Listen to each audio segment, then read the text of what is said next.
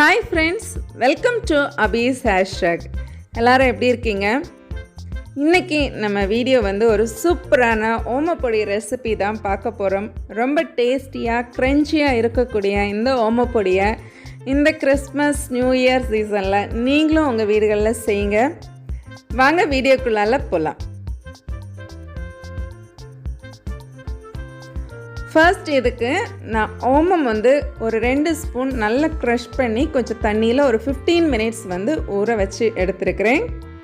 இப்போ ஒரு பவுலில் 2 கப்பு பேசன் ஃப்ளார் ஆட் பண்ணுறேன். இதுக்கு தேவையான சால்ட்டு, பெருங்காயத்தூள், ஒரு 1/4 டீஸ்பூன் மஞ்சள் தூள், அப்புறமா ஒரு 2 ஸ்பூன் அரிசி மாவு, அப்புறமா கொஞ்சம் பட்டர் சேர்த்துக்கோங்க. உங்ககிட்ட பட்டர் இல்லைன்னா ஒரு 2 ஸ்பூன் ஆயில் நல்லா வார்மாக சூடு பண்ணி சேர்த்துக்கோங்க. சேர்த்துட்டு இது எல்லா இடமும் கோட் ஆகுறது மாதிரி நல்லா மிக்ஸ் பண்ணி கொடுங்க. நல்லா மிக்ஸ் பண்ணதுக்கு பிறகு ஒரு ஸ்ட்ரெயினர் வச்சு நம்ம எடுத்து வச்சுருந்த அந்த ஓம வாட்டர் இதில் ஸ்ட்ரெயின் பண்ணி விட்டுக்கலாம். இப்போ இதுவும் நல்லா கோட் ஆகுறது மாதிரி மிக்ஸ் பண்ணிக்கோங்க.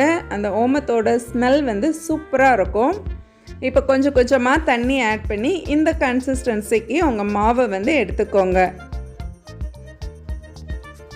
இப்போ நம்ம இடியப்பம் அச்சை எடுத்து அதில் சின்ன ஹோல்ஸ் இருக்கிறத எடுத்து அதில் நல்லா ஆயில் க்ரீஸ் பண்ணி விட்டுக்கலாம். இந்த அச்சுலையுமே எல்லா இடத்துலையுமே நல்லா ஆயில் ஸ்ப்ரெட் பண்ணிக்கோங்க. ஸ்ப்ரெட் பண்ணிவிட்டு நம்ம ரெடி பண்ணி வச்சுருக்கிற அந்த ஓமப்பொடி மாவை நம்மளோட அச்சில் லோட் பண்ணிடலாம்.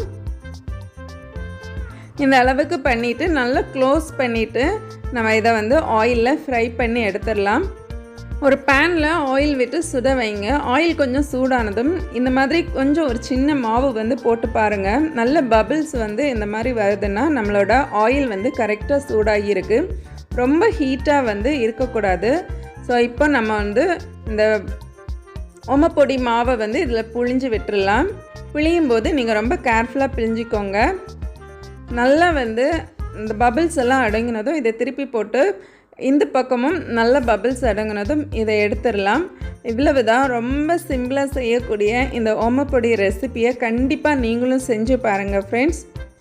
இதுபோல் ஃபெஸ்டிவல் ரெசிபீஸ் மிக்சர், லட்டு இதெல்லாம் நம்ம சேனலில் இருக்குது. நான் டிஸ்கிரிப்ஷனில் லிங்க் கொடுக்குறேன். தேவைப்படுறவங்க பார்த்து செக் பண்ணிக்கோங்க.